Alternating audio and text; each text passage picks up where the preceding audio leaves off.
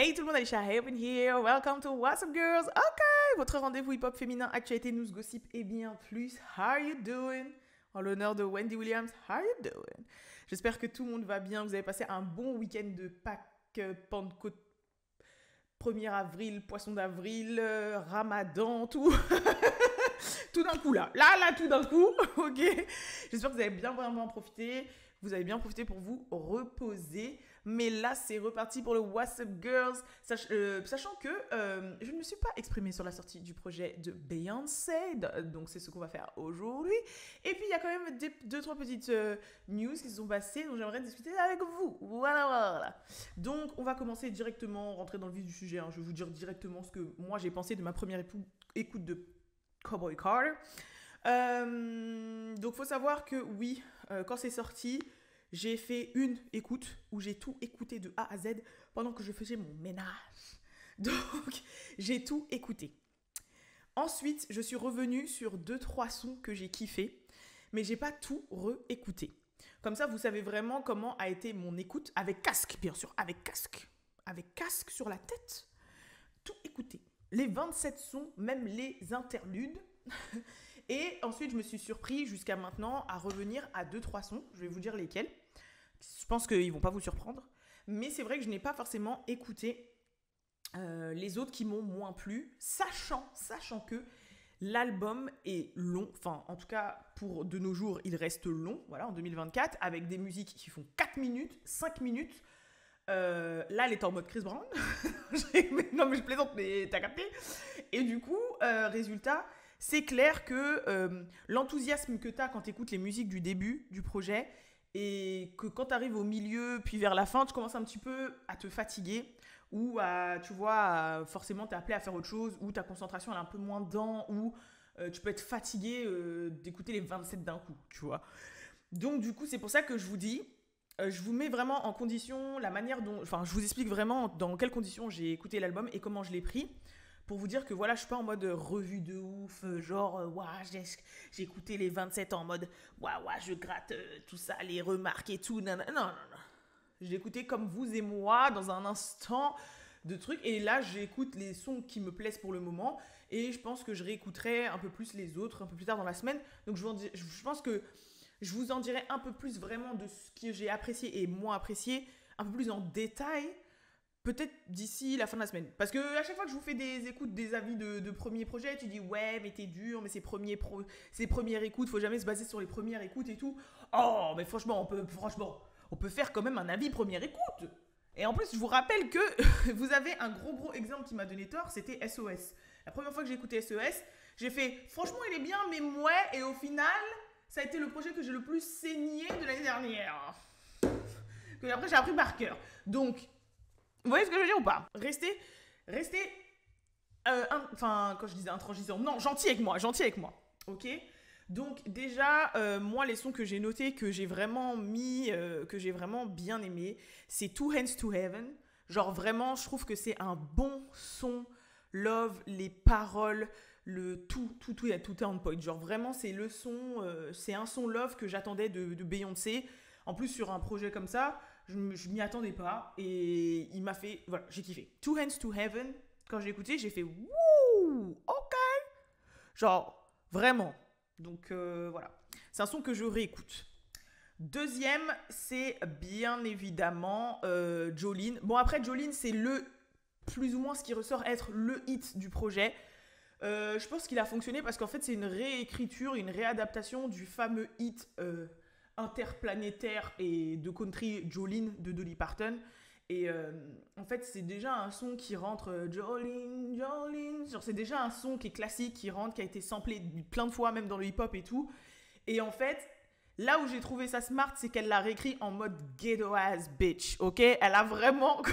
Comme je vois les mèmes là sur internet, c'est en mode Dolly Parton est en train de supplier Jolene de pas prendre son homme. Beyoncé, elle est en mode hey, meuf, prends pas mon homme si tu veux pas finir 6 pieds sous terre, ok? Tu vas te calmer. Donc, j'ai bien aimé cette réécriture ratchet de Jolene. Après, pour ce qui est de l'instru, je la trouve un peu redondante, je vais pas vous cacher, mais au moins, t'es concentré sur les paroles. Et elle n'a pas forcément décidé de changer la musique ou de je sais pas quoi. Non, elle a repris la même mélodie, elle a repris le même truc, c'est juste qu'elle l'a réécrit en mode 2024, Black Girl qui n'a pas son temps, tu vois, à Jolene. Parce que Biggie with the good hair, on va lui arracher ses cheveux. Voilà. Donc en gros, ça j'ai apprécié. Ensuite, vous vous doutez bien que de base, même si elle a dit c'est pas un album country, c'est un Beyoncé's album. Donc forcément, la majorité c'est de la sonorité country. Il y a quand même 2-3 sons où c'est un peu moins country-esque et c'est des sons forcément que j'ai aimés parce que voilà, moi je vais être transparente avec vous, je vais pas faire la meuf ouais, Beyoncé elle sort un projet, non, ça claque, il est lourd de A à Z. Non, je suis désolée. Moi je suis pas une personne qui écoute de la country de ouf.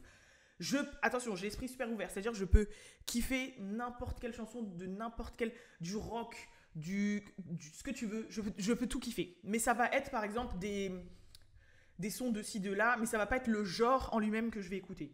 Et c'est vrai que forcément sur son projet, il y a des sons qui ont des sonorités un peu moins country, dans lesquels je me suis plus reconnue dans mes goûts et qui ont été dans mes préférés. En l'occurrence, Buckin, genre Buckin qui est une deuxième partie, je crois, de son. Quand il est arrivé, je me suis dit, ouh, Buckin, genre Buckin, c'est vraiment un son où elle a pris la sonorité Jersey. Voilà, pour ceux qui ont connu Jay Versace, quand il dansait comme ça, là, franchement, c'est vraiment la sonorité Jersey qui fait plaisir, qui donne envie de... Tu vois, genre c'est vraiment ça. Du coup, c'est un son que j'ai vraiment validé, mais forcément, c'est un son qui ne rentre pas dans la sonorité country, de l'album en soi. Il fait plaisir, mais voilà. Ensuite, il y a Yaya, j'ai kiffé. Yaya, c'est mon son, j'ai kiffé. J'avais l'impression d'être en Louisiana, dans une église afro-américaine, en train de faire ça avec mes pieds. Genre, franchement, en plus, quand je l'écoutais, j'étais en mode ménage. Non. Franchement, j'ai trop kiffé ce son. Et c'est vrai que, quand pareil, on écoute la sonorité de ce son, elle fait très penser, comme je viens de le dire, aux sonorités des sons gospel des églises du sud des États-Unis, avec ce côté très enjoué, très rapide, très... voilà, avec t'as ton... Comment ça s'appelle là? J'ai oublié comment ça s'appelle ça. Ton symbole là. Comment ça s'appelle? Merde! Oh là là! Le truc là. C'est pas maracas, c'est... Ouais, je suis ouf ou quoi? Timbal? Non, c'est pas timbal. Attends, instrument... Attendez. Vous savez quoi? Je vais appeler Balou, je vais lui demander. J'ai un trou de mémoire. Un symbole? Attendez. Je vais l'appeler, je vais lui demander. Balou, j'ai une petite question. Comment ça s'appelle? Oh, mais sinon, c'est malade.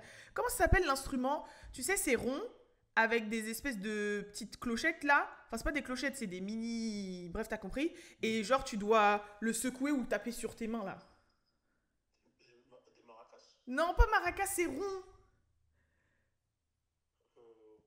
Avec clochette. Ouais, genre, c'est rond. Genre, c'est le... Ah, c'est l'instrument de Esmeralda dans Le Bossu de Notre-Dame.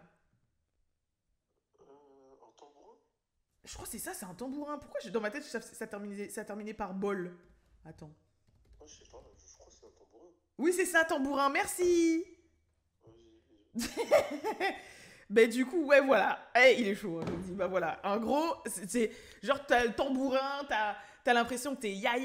Je sais pas comment t'expliquer. C'est placement de voix, franchement, c'est un son qui m'a transpercé. En plus, la manière dont elle introduit dedans, où elle introduit pour le projet et tout, comment elle parle.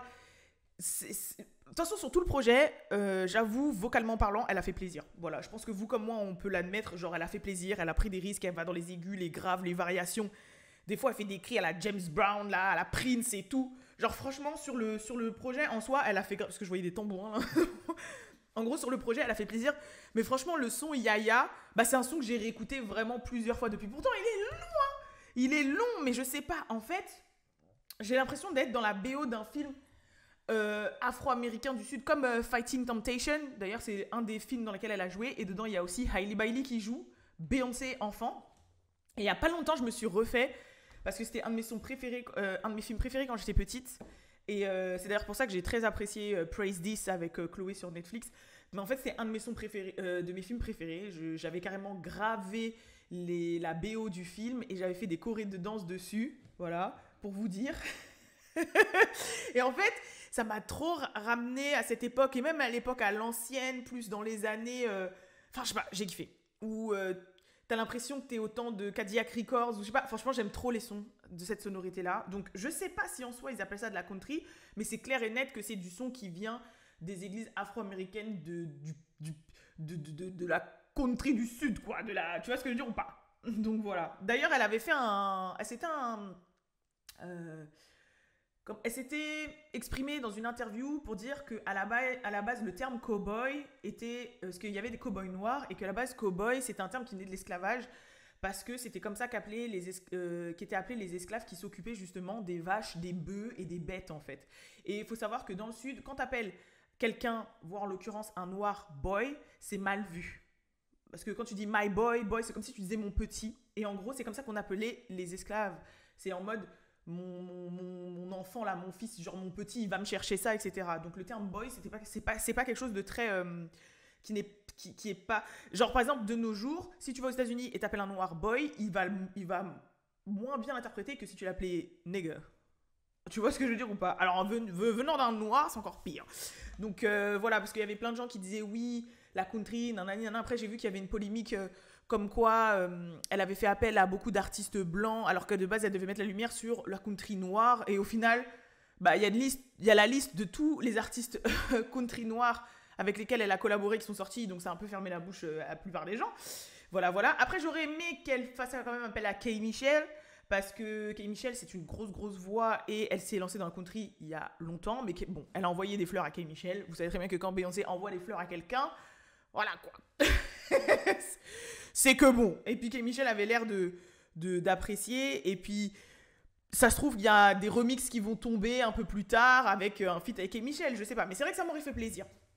Et enfin, un des sons aussi que j'ai kiffé, et je pense que là, tout le monde est d'accord, la majorité des gens est d'accord, c'est le feat avec Miley Cyrus. Clairement. Miley, elle est dans son élément, en fait. Miley, elle est dans son élément. Son père, c'était Billy Ray Cyrus. Elle a grandi dans ça. Elle a la voix pour ça. Genre, c'est un des rares feats où pour moi, tu te dis pas, ouais, Beyoncé, elle est au-dessus. Je sais pas comment vous expliquer. Genre, limite, Miley, elle apporte le truc. Elle est pas effacée par Beyoncé. C'est vraiment un feat qui glisse. Et même l'histoire derrière, quand on sait que Miley est fan de Beyoncé depuis qu'elle est petite, que là, elle collabore et tout, nanani, nanana, bah, ça fait grave plaisir. Et c'est vrai que voilà, c'est un feat qui ressort génialissime. Et pourtant, comme je vous l'ai dit, la sonorité vraiment country pure, c'est pas ma sonorité. Et ce feat-là, je l'ai apprécié de fou malade. Et c'est un son que j'écoute encore maintenant. Donc voilà. Après, je sais qu'il y a Blackbird. Blackbird, par exemple, c'est un son connu aussi, je crois, dans la country. Mais il m'a pas... Enfin, en fait, à partir du moment où je commençais à écouter Blackbird et tout, je commençais à dire, bon, c'est bon, on a compris. Le feat avec Post Malone, je l'ai pas apprécié encore vraiment à sa juste valeur. Il y a des sons genre comme flamenco et tout qui m'ont un peu oh, c'est bon voilà enfin vous voyez ce que je veux dire, mais parce que j'arrivais à un point où j'arrivais à un stade où j'étais là en mode l'album commence à faire long là. Il y a quel son? Bah forcément j'ai écouté le son en feat avec Rumi Carter où au début elle dit juste ouais mamie chante-moi une lullaby là, etc. Tu vois ce genre de truc, mais j'étais arrivé déjà à un point où les sons me fatiguaient. En plus je l'ai même pas écouté sur Spotify, je suis une ouf. Je l'ai écouté sur YouTube. Parce que forcément, elle a posté tous les sons sur sa chaîne YouTube. Donc j'ai lancé. Donc ils n'étaient même pas dans l'ordre propre l'ordre propre de la tracklist de Spotify. Donc ça se trouve, moi je vous dis flamenco, j'étais déjà fatigué. À flamenco, j'étais déjà fatigué. Mais ça se trouve, dans la vraie tracklist, flamenco, il est numéro 3. Hein. Tu vois ce que je veux dire? Donc faites attention. Moi, c'était l'ordre de YouTube. Parce que je sais pas, je faisais le ménage, j'ai mis comme ça. J'ai pas calculé. J'ai pas été sur Spotify. Mais bref. Mais en tout cas, voilà, pour mon avis, est-ce qu'on doit espérer des visuels? Je sais pas. De toute façon, on en avait parlé récemment avec Balou, on s'est dit que ouais, j'ai l'impression j'ai l'impression qu'on est venu à une période où les clips, ça passe vraiment au second plan. Avant, les clips, c'était vraiment l'événement, les gens attendaient le clip, kiffaient les clips et tout. Maintenant, en fait, avec l'avènement de TikTok, la manière de consommer des gens, j'ai l'impression que, franchement, le clip, ça sert à rien de mettre des 1000 et des cents dessus, limite de ne pas faire de clip. Parce que les gens ne regardent plus les clips en soi. Les gens écoutent directement les sons. Ce qui n'est pas plus mal en réalité parce qu'au moins on retourne à vraiment le fait de kiffer de la musique même. Mais à part si le clip il est soit conceptuel, soit qu'il y a un délire et tout, Par exemple, Dixit, le dernier clip de Sexy Red, Get It Sexy. Mais ça, on va en parler plus tard. C'est vrai que les clips, il n'y a plus besoin de mettre des 1000 et des 100. Sauf vraiment si tu veux faire un truc de fou. Mais voilà quoi. Genre, j'ai l'impression que les sons, ils pètent plus par les réseaux, par la consommation des gens. Et pas forcément parce que le clip va être quelque chose. Bah, Nicki a fait 0 clip jusqu'à maintenant. Et elle est à son 16e concert sold out. Sur un projet où il y a 0 clip. Vous voyez ce que je veux dire? Là, il y a un dernier son hip-hop qui cartonne sur TikTok, là, Fisher. C'est 2 gars dans les rues de New York avec un micro devant, quoi. Genre, les gens, maintenant, ils attendent plus forcément les clips autant qu'avant. Enfin, en tout cas, c'est l'impression que j'en ai. On va dire ça comme ça. Et je pense que, ouais, bah, par exemple, dernièrement, vous avez vu Cardi B, je pense qu'elle a très bien compris, parce que sinon, elle aurait pas fait un clip sur un fond blanc, tout court, à changer juste de tenue. Enfin, voilà quoi. À moins que ce soit un clip qui va faire parler. Mais bref. Donc voilà moi mon avis pour le moment sur Cowboy Carter. Je sais pas ce que vous en avez pensé. N'hésitez pas à dire dans les commentaires.